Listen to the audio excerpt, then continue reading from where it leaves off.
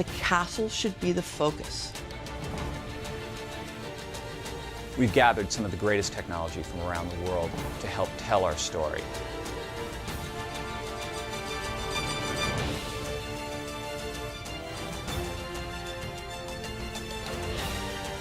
When we've done our tests on the star, actually, the star is amazing. It's one of the brightest things I've ever seen. In a show like Disney Dreams, the music is everything.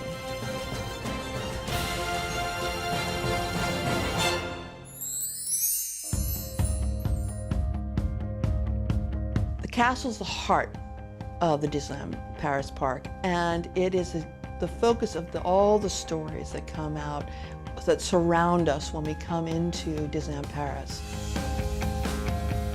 We really try to set those emotions in play for the whole show. And we actually take the show and develop it that way. It's kind of like you're on a road trip and you start here and it's beautiful, and then it goes into a happy place for a while. And then suddenly you're crashing into something else, and then there's a little whimsical thing that you pass by. To bring the show to life, we have many new surprises coming to Disneyland Paris. We're going to put projection on the castle and actually transform it throughout the show. We're going to come in and put a whole new fountain package, so magical water is going to come to life. We have lasers coming in, we have pyrotechnics coming in, and a lot more special effects, especially fire, when fire kind of erupts all around the castle. That's really going to become a storyteller for us. I think the biggest challenge in the show is the integration of technology. We're doing a lot of stuff that is multi-plane projection effects. So how one projection on water then interacts with something at the castle, and then it has to interact with pyrotechnics, and then it has to interact with flames on the castle, and really precisely getting all that to match. Utilize a number of different technical tools that have never been combined for a show in front of the castle. Mapping the castle with pixel-accurate video so we can make the castle do all kinds of great tricks. We actually have a computer-generated model of the castle that will be able to map the animation onto the different architectural features of the castle. We also, while we're working on the show in Los Angeles, we actually have an 8-foot tall model of the castle, a physical model that's in a warehouse.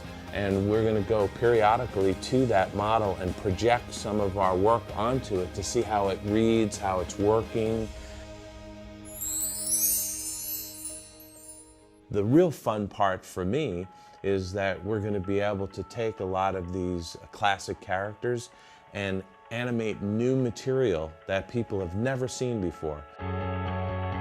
So we're choreographing new animation to work on the castle itself. We had to move some trees. We have to temporarily take the water out of the moat, and we do lots of things in the water, and then we add the water back in to bring all the water effects to life. I mean, people really don't understand how much time it takes to do these shows. I mean, endless nights. You are there 7 days a week, you know, from dusk till dawn, you know, building these beautiful scenes for people.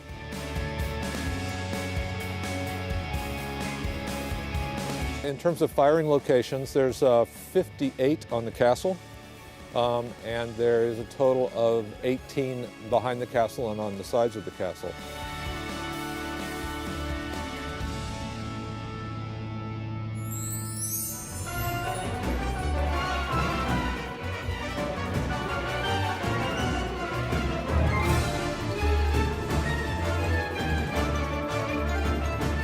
Disney Dreams has some of the best classic music you've ever heard, from Aladdin and Beauty and the Beast and Rapunzel, among other shows.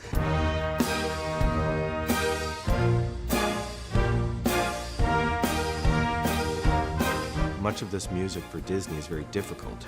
Has lots of notes and, you know, scampering around like the characters. That's very difficult to play.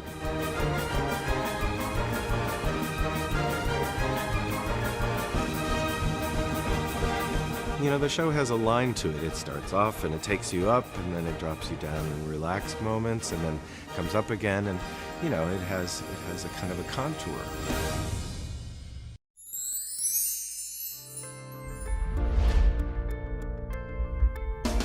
they won't even know that the technology was there. If they really understood how much time and energy goes into these, I think they would just be like, wow.